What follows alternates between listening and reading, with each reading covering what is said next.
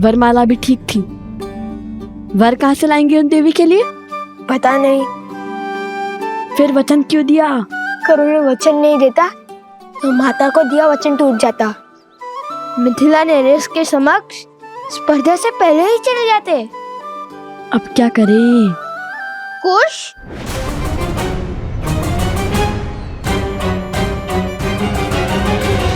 सैनिक थोड़ी ही ना हमारा नाम जानते हैं।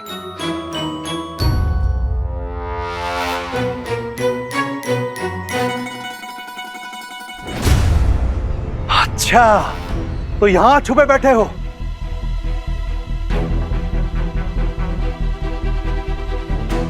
तो अकेले नहीं हो, पूरा का पूरा चोरों का दल है। अरे कैसा दल? भागो!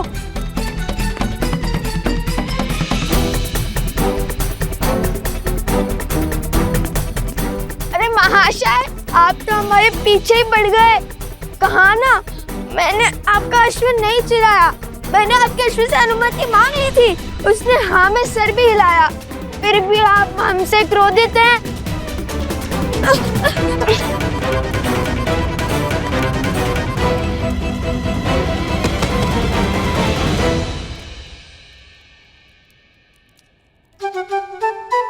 तुमने उचित नहीं किया कुश। किसी और की संपत्ति को बिना अनुमति के। भैया, अश्व का स्वामी भले ही व्यक्ति था, किंतु स्वयं अश्व भी तो स्वयं का स्वामी है। मैंने उससे पूछा था और उसने हाँ में सर भी हिलाया था। राजकुमारों को कब से अनुमति मांगनी पड़ी? क्या? अर्थात ऋषि कुमारों को। राजकुमार हो या ऋषि कुमार, अनुमति तो लेनी ही पड़ती है। अब तो सैनिकों के साथ उस अश्व के स्वामी से भी छुपना पड़ेगा। पूरा मिथिला पीछे पड़ गया हमारे। यदि पकड़े गए तो ना श्री राम से भेंट होगी और ना माता को दिया वचन पूरा होगा। हाँ, पकड़े गए तो अधिक बुरा होगा। पकड़े गए तो नहीं, पकड़े गए हो।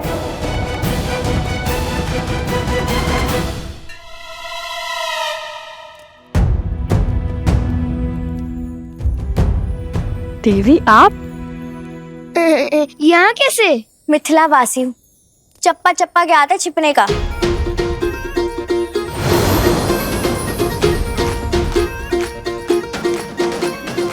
देखिए, ये मेरा वचन है। संध्या तक आपके लिए वरमाला लाऊंगा और वर भी। अरे कोई मुझे इस चप्पे से तो निकालो। देवी, किसी मिथ्या बोध के कारण आपके सैनिक और वो अश्व का स्वामी हमारे पीछे पड़ गए हैं। परंतु मेरी बात सैनिक, देर रुक जाइए।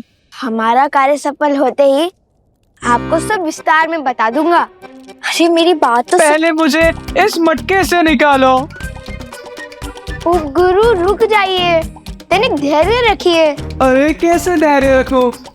अब मेरा विश्व इस मटके में समा गया है, ऐसा लग रहा है। आपको मटके से भी निकालेंगे और आपको वरमाला भी मिलेंगी। राजकुमारों की हर इच्छा पूरी होती है, बस कहने की देरी है। राजकुमार? ऋषि कुमार? अरे राजकुमार हो या ऋषि कुमार हो, कोई मुझे इससे निकालो। देवी, वरमाला दे देंगे, किंतु वर का थोड़ा कठिन है। मैं वरमाला भी पहनाऊंगा और वर भी बन जाऊंगा। कोई मुझे इससे तो निकालो। हमें आगे बढ़ना होगा। तुम्हें अपनी पड़ी है, पहले इन्हें निकालो। हाँ, प्रयास तो किया था किंतु निकले नहीं। रुको।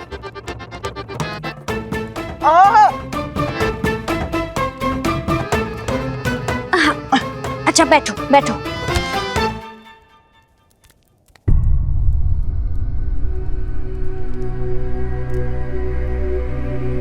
रुको।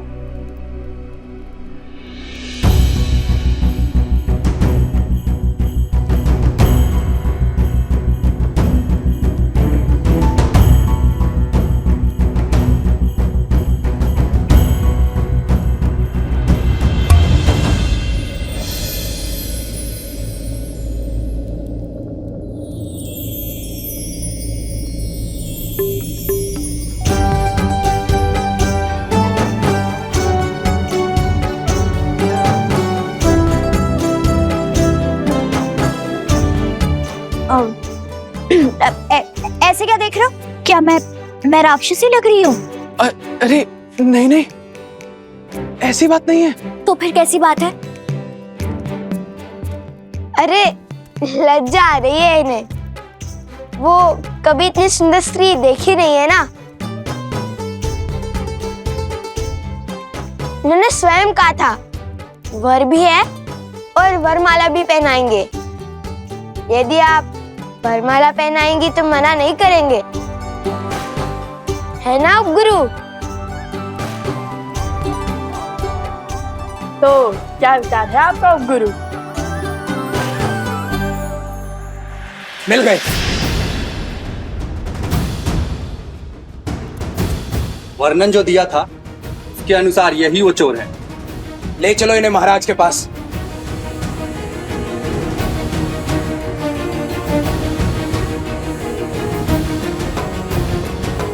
ऐसा साहस मिथिला के पुजारी त्रिकाल के जमाता वास्तव में समस्त मिथिला के जमाता है।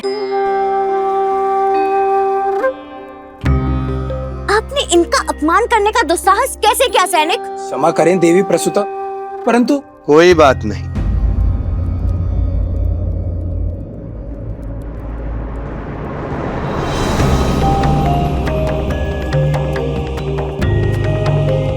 पिताश्री,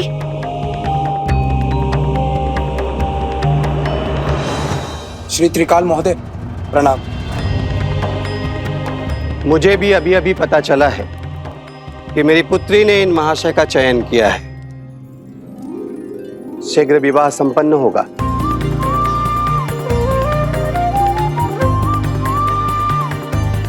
जाइए जाइए, उन तुनीर चोरों को कहीं और खोजिए सैनिक जी।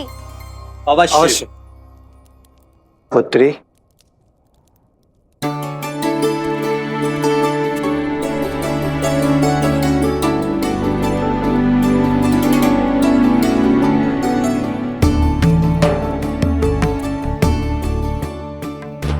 मैं अगस्त गोत्र का शिव उपासक त्रिकाल शरण शर्मा हूं।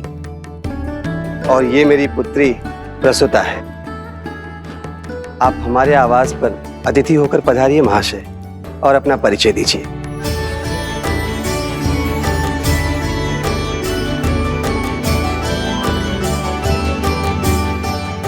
मैं भरद्वाज गोत्र का वैष्णव सोमकरण हूँ, और ये मेरे भ्रातृश्री अवस्थरा है।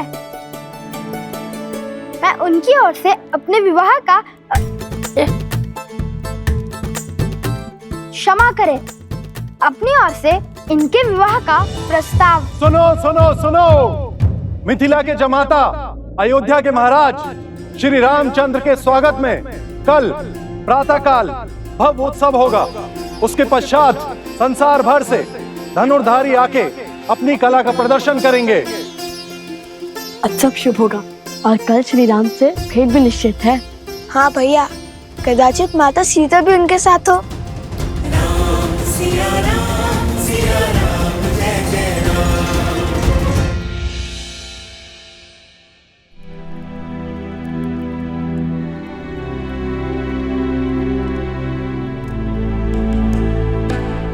अवत्सरा भैया कहाँ गए? राजकुमार लव, राजकुमार कुछ भी नहीं है यहाँ।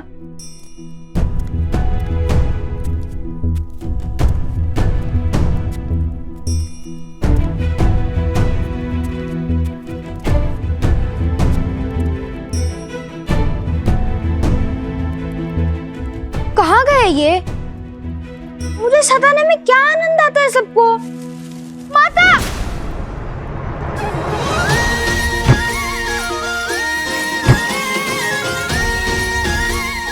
टोकरी के भीतर छुपने का छल अच्छा है। पूरी मिथिला हमें तुनीर चोर समझती है, इसलिए तुम हमसे तनिक दूर ही रहना। वे नहीं जानते कि तुम हमारे साथ हो। हाँ, उप गुरु अवत्सरा वरमाला बनाने के पुष्प लेने गया है प्रसूता के साथ। तुम भी जाओ और विवाह की तैयारियां करो। हम स्पर्धा जीतकर अभी आते हैं। किंतु मुझे भी श्री राम से मिलना है। उनसे मिलने का अवसर मैं कैसे छोड़ दूं? जिसके भाग्य में जब उनके दर्शन होंगे वे तभी उसे मिलेंगे। हाँ, किंतु ठीक है, चलो किंतु अपनी टोकरी की व्यवस्था स्वयं कर लेना।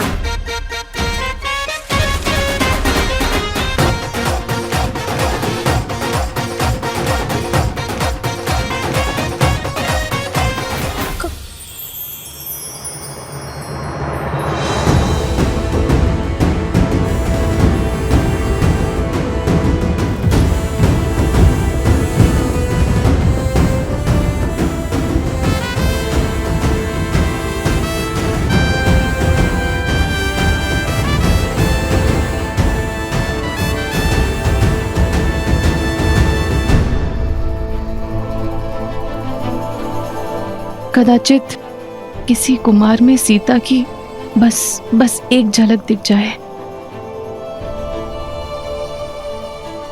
आज की धनुर्धार प्रतियोगिता में संसार भर से मिथिला पधारने के लिए आप सबका कोटि कोटि धन्यवाद। शीघ्र ही मिथिला नरेश की उपस्थिति में आप सबकी प्रतीक्षा का अंत होगा और स्पर्धा का आरंभ होगा। मिथिला नरेश महाराज जनक पधार रहे हैं। महाराज जनक जी, महाराज जनक जी, महाराज जनक जी, महाराज जनक जी, महाराज जनक जी, महाराज जनक जी।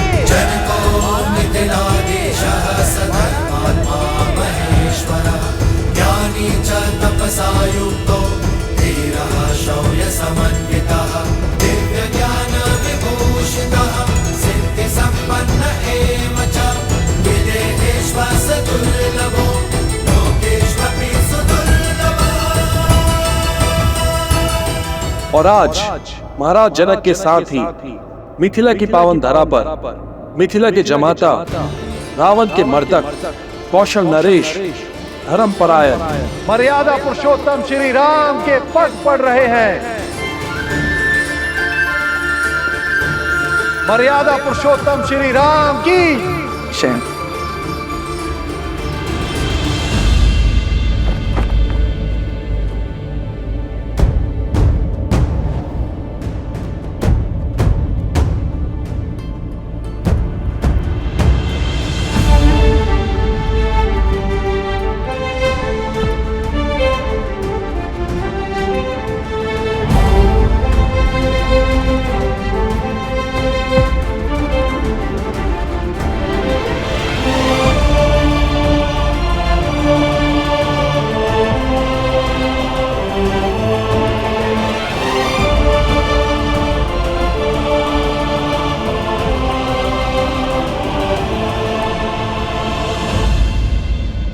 आप समझे या न समझे, मिथिला की जनता अपनों और अन्यों में अंतर जानती है।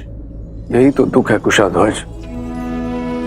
मिथिला की ज्ञानी प्रजा भी धर्म अधर्म में अंतर नहीं पहचान पा रही। जिसने भी श्री राम को नहीं अपनाया वो धर्म से वंचित रह जाएगा। हमारी प्रजा का यह आवेश भी मेरी ही भूल है। कदाचित उन्हें आभास ही नहीं है कि मेरे हृदय में श्री राम के प्रति कोई द्वेष नहीं है। और जब उन्हें ज्ञात होगा तो संभवतः उनका क्रोध भी शांत हो जाएगा।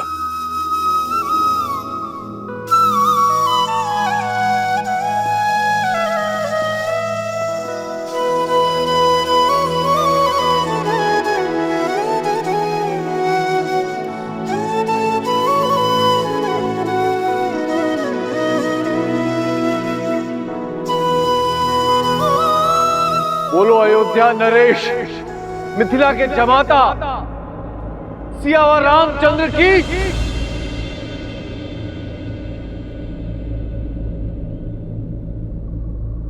सियावर रामचंद्र की। सियावर रामचंद्र की। सियावर रामचंद्र की। सियावर रामचंद्र की। सियावर रामचंद्र की। सियावर रामचंद्र की। सियावर रामचंद्र की। सियावर रामचंद्र की। सियावर रामचंद्र की। सियावर रामचंद्र की। सियावर रामचंद्र की। सियावर रामचंद्र की। सियावर रामचंद्र की। सियावर रामचंद्र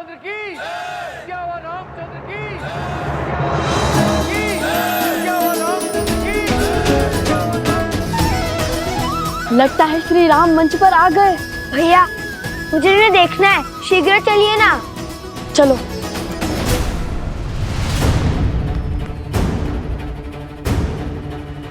कैसे जाएं? मार्ग में बड़ी बाधाएं हैं। लगता है श्री राम को देखने की इच्छा पूरी नहीं होगी।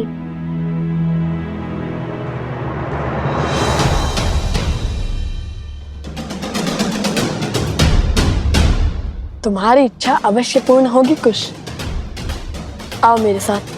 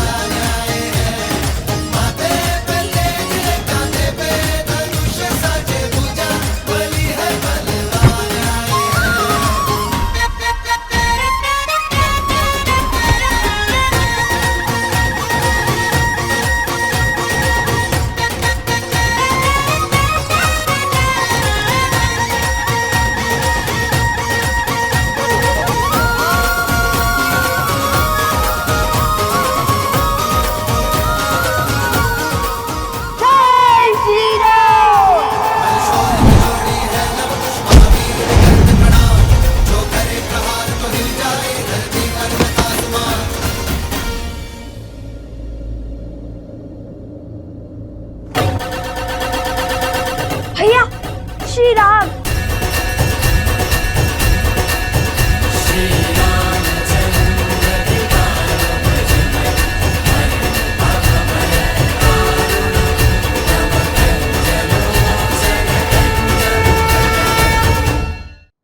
ध्वज के कारण श्री राम के दर्शन नहीं हो पा रहे हैं। भैया इस समस्या का समाधान अभी कर देता हूँ। नहीं कुश, ध्वज राज्य की गरिमा होती है, उनकी भावनाएं उससे जुड़ी होती हैं और प्रहार तो शत्रुओं के ध्वज पर भी नहीं करना चाहिए। कुश स्मरण है ना माता ने क्या सिखाया था?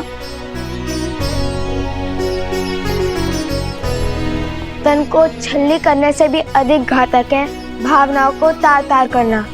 तन के घाव भर जाते हैं, मन के नहीं। हनुमान जी होते तो कितना अच्छा होता। पवन देव से कहकर इस तीव्र वायु को रोक देते। यदि माता ने महाराज जनक से मिलने के लिए मना न किया होता तो दर्शन तो क्या, अभी तक तो भेंट भी हो चुकी होती श्री राम से। किंतु तुमने उचित कहा कुश, पवन देव से कहकर इस तीव्र वायु को रोक देते हनुमान जी। हे पवन देव, भक्त को भगवान से रोकना प्यासे को जल से दूर रखने के समान है।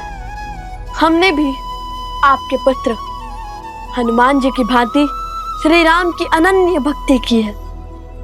इतने संकट पार कर हम यहाँ आए हैं।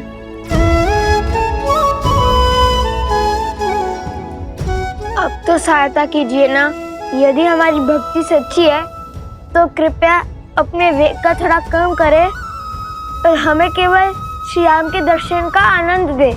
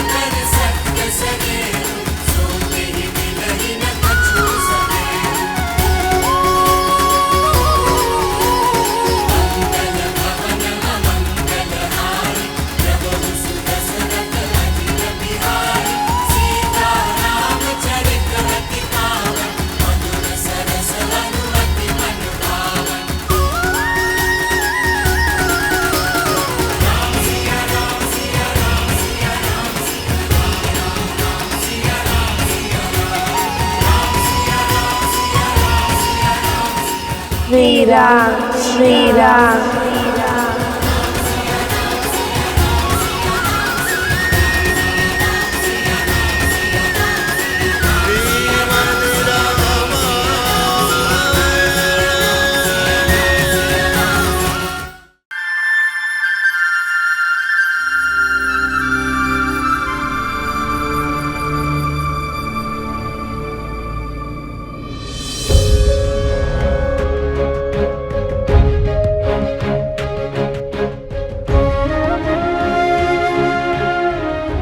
महाराज, आपके नेत्र उन ऋषि कुमारों को खोज रहे हैं। हाँ श्री राम, उनके मिथिला में आने का प्रमाण तो मिल ही चुका है। वो तुनीर, अवश्य ही वो यहीं कहीं होंगे। फिर चिंता किस बात की? ऐसी प्रतिस्पर्धा कोई धनुर्धर नहीं छोड़ेगा। आप स्पर्धा का शुभारंभ कीजिए महाराज। वो बालक अवश्य भाग लेंगे। हम अवश्य भाग लेंगे कुश। प्रतियोगिता क्षेत्र में हमारे जाने पर रोक है, किंतु हमारे बाणों को तो नहीं। महाराज जनक ने प्रतिस्पर्धा के आरंभ का आदेश दे दिया है, तो पहली प्रतियोगिता है जो इस पक्षी को धरा पर ले आएगा वो होगा पहले चरण का विजेता।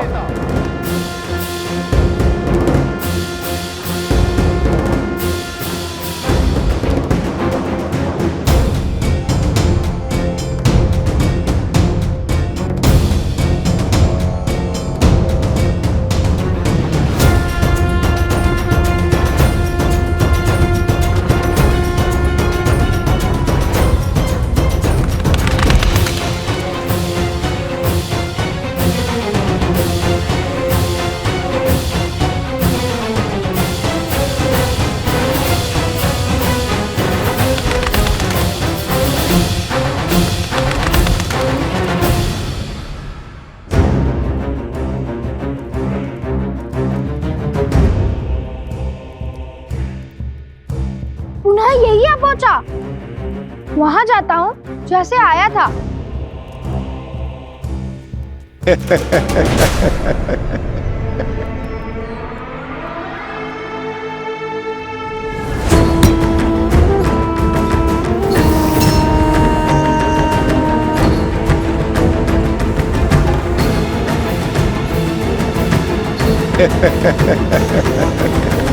महाराज, इस पक्षी को नीचे लाने के लिए प्रतियोगी इस पर वार करेंगे, इसे मार देंगे। धर्म की रक्षा के लिए वध करना केवल देवताओं का कार्य है।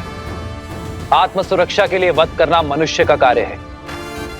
भोजन के लिए वध करना पशुओं का कार्य है, किंतु केवल मनोरंजन के लिए या सामर्थ्य के प्रदर्शन के लिए वध करना केवल और केवल राक्षसों का कार्य है।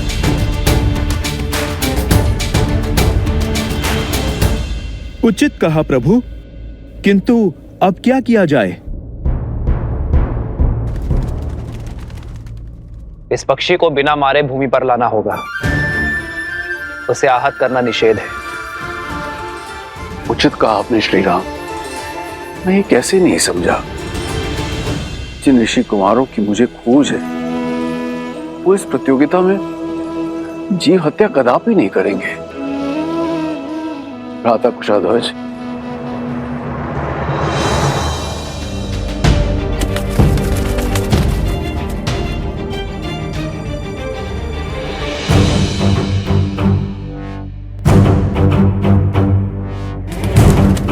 प्रभु, बिना पक्षी को आहत किए कैसे नीचे लाएंगे वो? ये तो नन्हे बालक जान पड़ते हैं। इतनी बुद्धि, इतना विवेक होगा उनमें? प्रभु, कहीं प्रयास में ही पक्षी आहत हो गया तो? एक विशेष सूचना, इस पक्षी को नीचे लाने के लिए कोई भी इसे आहत नहीं कर सकता।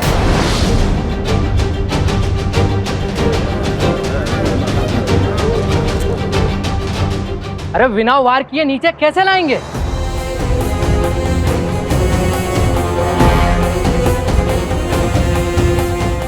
हमें कौन से पक्षी की भाषा आती है जो उन्हें बहला फुसला के नीचे ले आएंगे? हम सब साथ में बाण मार कर भी उसे नीचे नहीं ला पाएंगे। असंभव है प्रतिस्पर्धा पूरी करना। महाराजा जनक हमारा अपमान करना चाहते हैं, इसीलिए इन्होंने असंभव शर्त रखी है। हाँ हाँ, ये अपमान है हमारा। हाँ हाँ, ये अपमान है हमारा। हाँ हाँ, ये अपमान है हमारा। हाँ हाँ, ये अपमान है हमारा। हाँ हाँ, ये अपमान है हमारा। ये अपमान है हमारा। शांत हो जाइए, शांत हो जाइए। हम कैसे शांत हो जाए? ये अपमान है हमारा।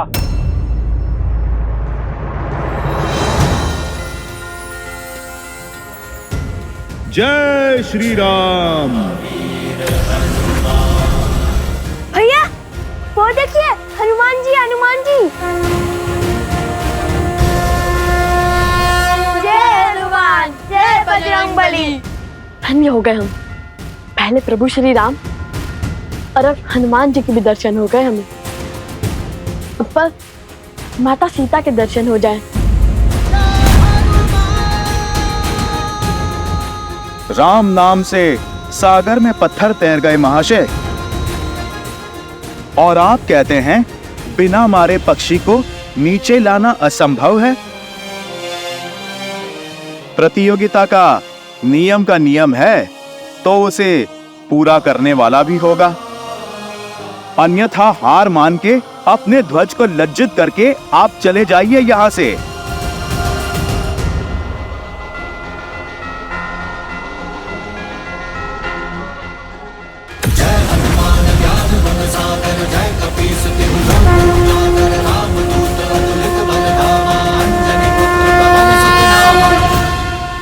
हम पक्षी को बिना आहत करे भूमि पर तो ले आएंगे, किंतु ये केवल प्रथम चरण है और हमारे इस कार्य से महाराज जनक को भी ज्ञात हो जाएगा कि हम प्रतियोगिता क्षेत्र में आ चुके हैं। हाँ, उनके जान जाने में कोई समस्या नहीं है। समस्या तो प्रतियोगिता में भाग लेने से पहले उनसे मिलने में है। नहीं कुश, अभी प्रतियोगिता के कई चरण शेष हैं। यदि प्रतियोगिता पूर्ण होने से पहले प्रभु या महाराज जनक ने हमें पकड़ लिया तो माता के आदेश का उल्लंघन होगा। उन्होंने प्रतियोगिता पूर्ण होने से पहले महाराज जनक से ना मिलने का आदेश दिया था। तुम दोनों वहां स्पर्धा में भाग लेने के लिए जा रहे हो तो बाकी प्रतियोगियों से भिन्न नहीं रहना, क्योंकि यदि उन्हें ज्ञात हुआ कि तुम दोनों मिथिला नरेश को जानते हो तो बातें बनेंगी। अर्थात हर बार प्रतियोगिता जीतकर हमें अपना स्थान बदलना होगा जब तक प्रतियोगिता पूर्ण ना हो जाए। चलो पहले ये चरण तो जीत ले।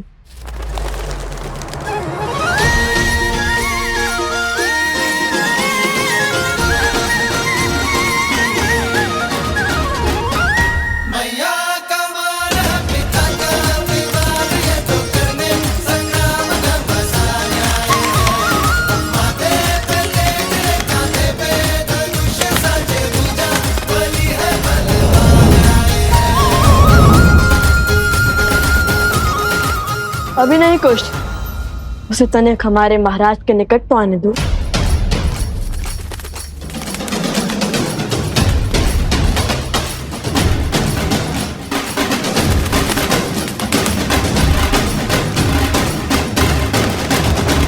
अब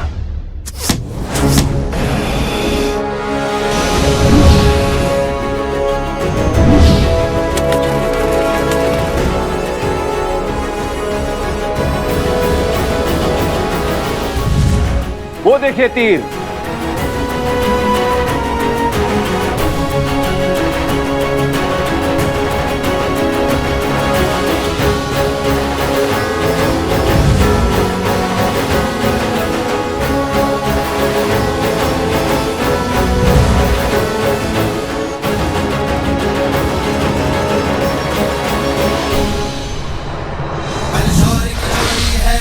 महावीर भी करते प्रणाम, जो करे प्रहार तो हिल जाए धरती पर्वत आसमान।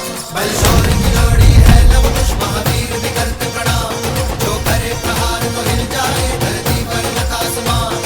धनुष उड़ावे प्रत्यंचा जब करे बाण संधान, तो इनमें दिखे सीता का धीरज बल जैसे श्री राम।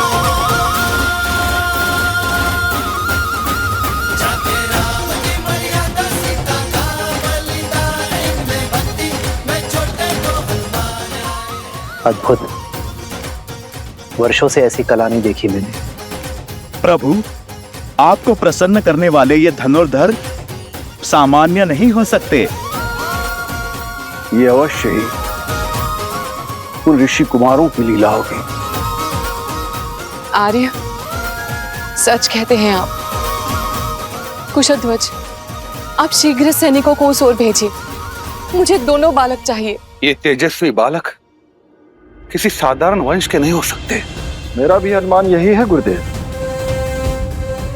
उनकी प्रतिभा निकट से देखने की इच्छा मेरी भी हो रही है महाराज, पर वो दोनों बालक है का? भला ये अपनी पहचान छुपाकर क्यों भाग ले रहे प्रतिभा में दोनों?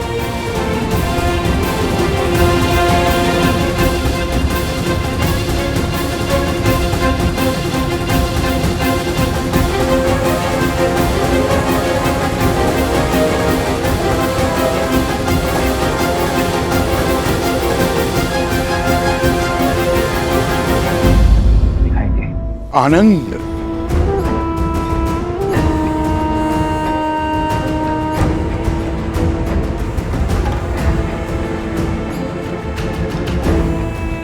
कोई बात नहीं। अभी कुछ देर में तुम्हारे मित्र प्रतिस्पर्धा जीत जाएंगे और तुम उनका सत्य सबके सामने उजागर करोगे। फिर हम दोनों उत्सव मनाएंगे।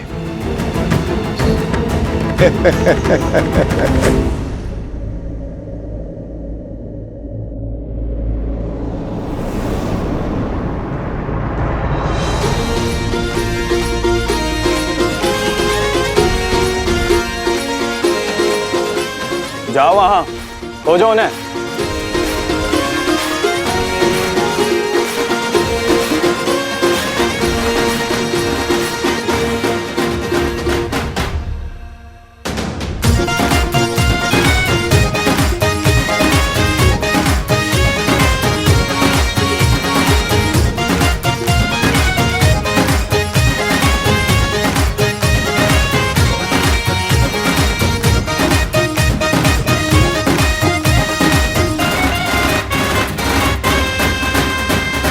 यदि माता के आदेश की बेड़ियां ना होती तो अब तक प्रभु श्री राम के आशीष पा चुके होते, कदाचित माता सीता के भी।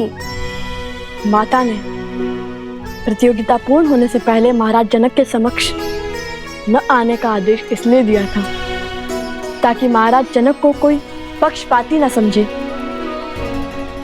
और यदि ये आदेश ना हुआ होता तो प्रतियोगिता स्थल से इतनी दूर, इतनी बाधाएं पार कर स्पर्धा में भी ना जीते होते। उचित है। और वैसे भी प्रभु श्री राम का आशीष तो देर सवेर भी ले लेंगे हम।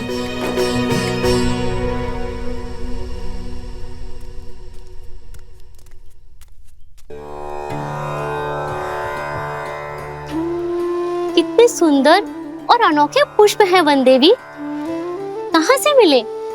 आश्रम के आसपास तो ऐसे पुष्प नहीं है। फाल्गु नदी से लौटते समय लवकुश लेकर आए थे। इतनी सुंदर और अद्वितीय माला बनाई, किंतु इतनी छोटी क्यों? ये मेरे आराध्य के लिए है, जिनकी मूर्ति मैं सदा अपने साथ रखती हूँ। ये लवकुश भी ना जब सामने होते तो कोई ना कोई करतब कर मुझे चिंता में डाल देते हैं, और जब सामने नहीं होते तो किसी अनिष्ट का भय मेरी चिंता का कारण बन जाता है। तो सोचती हूँ किसी न किसी कार्य में अपना मन लगा लूं। आज भी न जाने कैसी चल रही होगी उनकी प्रतिस्पर्धा। कहीं माता उन्हें देखकर सत्य न जान गई हो। तो अब समय आ गया है इस प्रतियोगिता के दूसरे चरण का आरंभ करने का। देखते हैं इस चरण में कौन जीतता है, वो जो हमारे समक्ष हैं या वो जो गुप्त हैं, जिनके केवल बाण ही हमारे समक्ष हैं। श्री राम, लवकुश की प्रतिभा को देखते हुए ऐसा प्रतीत हो रहा है कि इस प्रतियोगिता के स्तर को बढ़ाना होगा। आपके क्या विचार है?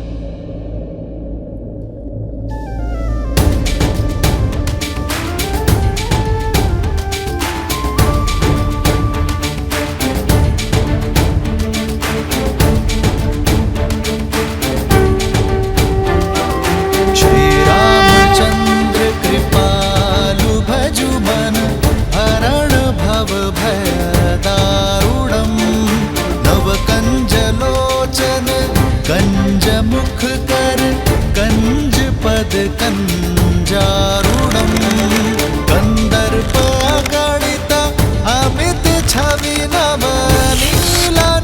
विरज सुंदरम पटपीतमानहु तडित रुचि सुचि नौमि जनक सुतावरम श्री राम राम राम श्री राम। भूमि से जल और मन का पाप जब बाहर निकलता है तो उसके स्रोत को रोकना असंभव हो जाता है। आज जो धनुर्धारी इस जल के स्रोत को रोक पाएगा वही वास्तव में महान कहलाएगा और इस चरण का विजेता भी।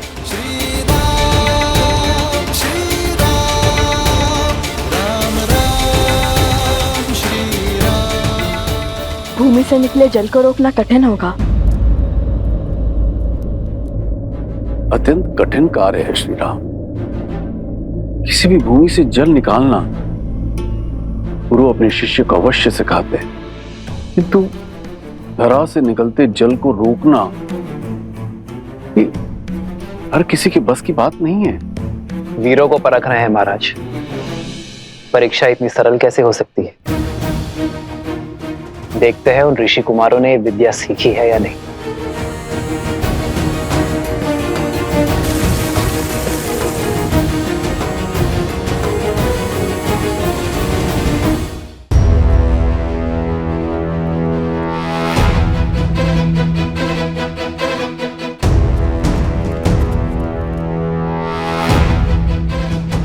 भैया, बिना माटी कंकड़ के इस धरती से निकलते जल को कैसे बंद करेंगे?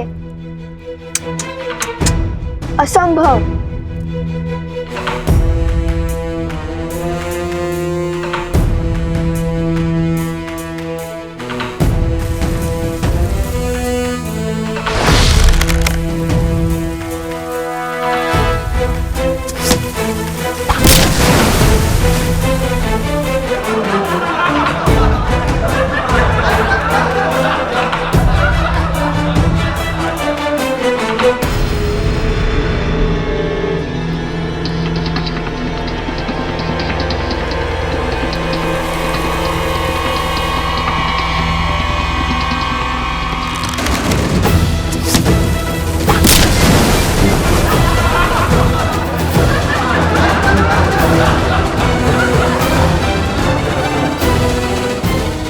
स्मरण है भगवान वाल्मीकि ने हमें क्या कहा था? ईश्वर कोई कठिनाई ऐसे ही नहीं देता इसका हल संभव ना हो। अर्थात हमें समस्या पर नहीं, उनके शब्दों पर ध्यान देना चाहिए। श्री राम की दी हुई चुनौती को ठीक से समझना चाहिए। उनके मुख से निकले हर शब्द में ही संकट का हल होता है, किंतु सरल तो ये भी नहीं होगा, क्योंकि महान व्यक्ति और व्यक्तित्व के मुख से निकले शब्दों को समझने में कभी कभी पूरा जीवन निकल जाता है। अरे शीघ्र हल खोजिए भैया, जीवन भर यही थोड़ी ना छुपे बैठ सकते हैं। मन के गर्त से निकले पाप को रोकने के लिए क्या उपाय हो सकता है? ईश्वर की कृपा, और क्या।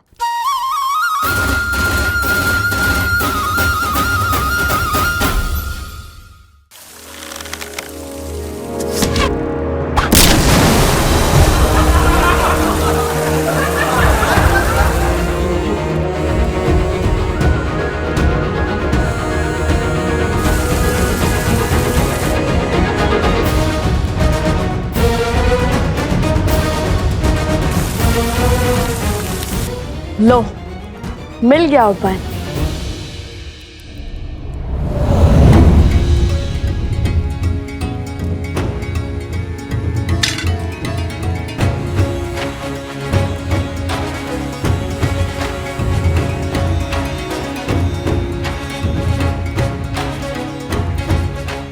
जल का प्रभाव नीचे से ऊपर है, तो उसे रोकने के लिए हमें उसका विपरीत अर्थात ऊपर से दबाव बनाना होगा।